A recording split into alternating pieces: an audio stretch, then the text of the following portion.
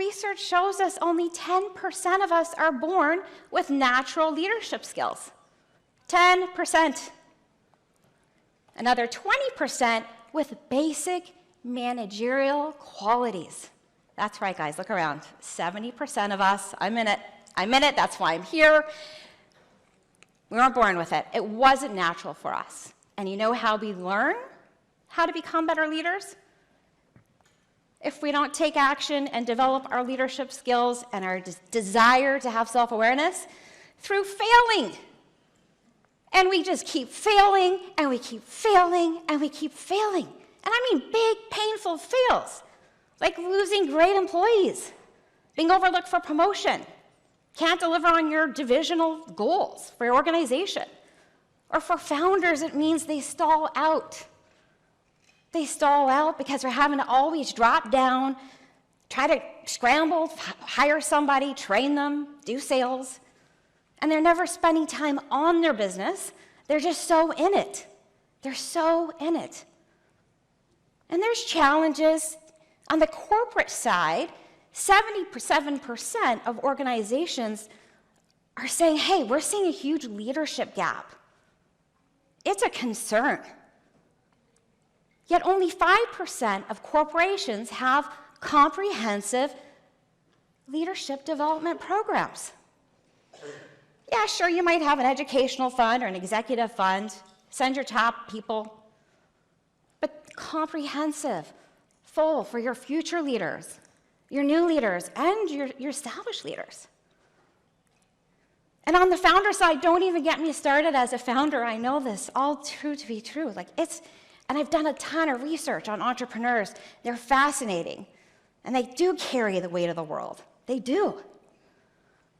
But guess what? Fact is that 30% of entrepreneurs only have a high school education.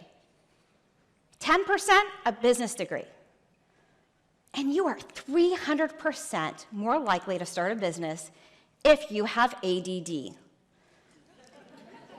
I mean real ADD. And here's a fact. 80% of the population is not diagnosed, and the statistic today is 40% of entrepreneurs have ADD. I have it, and it gives you so many gifts, but it also represents a ton of challenges when it comes to leading teams, managing, scaling, any kind of consistency. Listen, I was 27 when I took the leap to start my own creative recruitment company. I went and got a line of credit, and I was pumped. I qualified for $8,000, and that was my startup capital, and I never really looked back. And I was so excited. I was exhilarated. I love the opportunity to dig in and create something for myself. And I was so good. I was so good. For 5 years. Yeah, 5 years. In fact, at 5 years, we had grown to 5 million. I had a team. We had a beautiful office. But I knew deep down inside something was wrong. Something was wrong. My employees did not seem engaged, and they didn't seem happy to be there. And I'm going to tell you what. I sometimes had to sit in my car and listen to a couple rap songs to get pumped up to walk into the office myself. And I didn't know what to do, so I went online.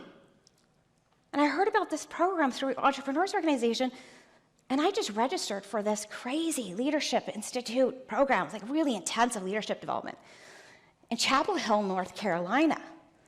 And I loved it. A few months later, I was there in class. I mean, I was already a great leader, right? I was just there to get brushed up and learn a little bit, get some inspiration, taking notes, and I'll never forget on day 2, they said, hey, listen, here's some binders. And we interviewed a lot of your staff, and I remembered, oh yeah, when I registered, I had to give about 15 names. And here's your binder, here's your assessment that you took, and these are your results. And in the back 2 tabs, there's good feedback and there's bad feedback, right? So what do you think everybody did? Do you think we were interested in the assessment? The good feedback? No. And I'm going to tell you what, they know their stuff. They scrub that. They scrub that data. They scrub that feedback, because you've got bad leaders in here, and you're giving them feedback. You're serving them a little self-awareness. They scrubbed it. You couldn't identify where it was coming from, that's for sure. So I look back there, and things like control freak.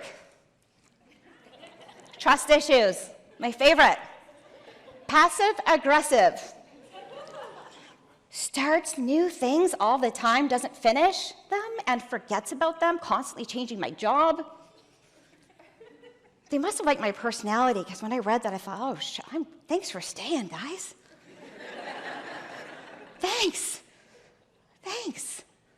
So it was at that point in time, after I felt sorry for myself for a minute, I was overwhelmed with gratitude. And I realized that my business needed to be put under new management. And I needed to be that new management. And if you're sitting here right now and you're like, oh, that's such a nice story and you're kind of funny, but I'm good, my team loves me, we have our Uber Eats virtual lunches, and I'm so great at my job, I'm always teaching them, right? I'm good.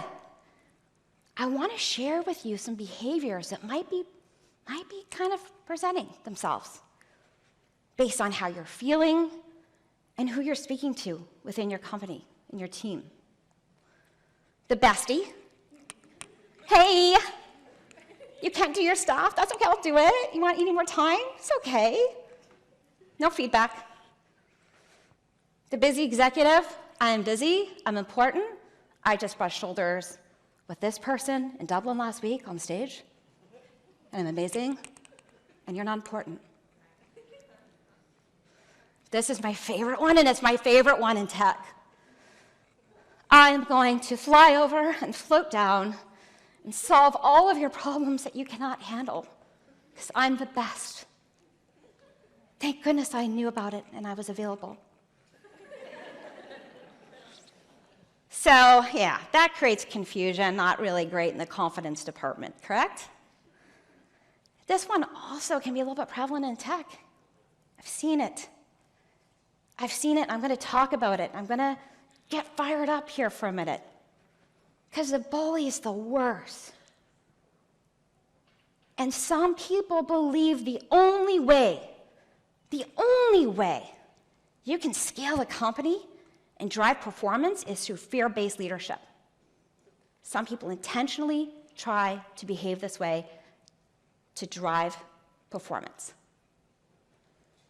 You're 0 to 0, right? Public shaming and blaming. And if any of you in the audience are working for somebody like this, give them the feedback, and if they don't get help, get out. This negatively impacts mental health, confidence, capabilities, you name it. It's so toxic and hurtful. And if you're honest with yourself and like how you might be showing up like this sometimes, I want you to know being a leader is a privilege and a responsibility. And you need to get stuff sorted so you don't show up like this, because it ruins lives. And it can ruin careers. And hey, if you don't want to do it for those reasons, I want to talk to you from a business perspective. It's no surprise when we look at these numbers.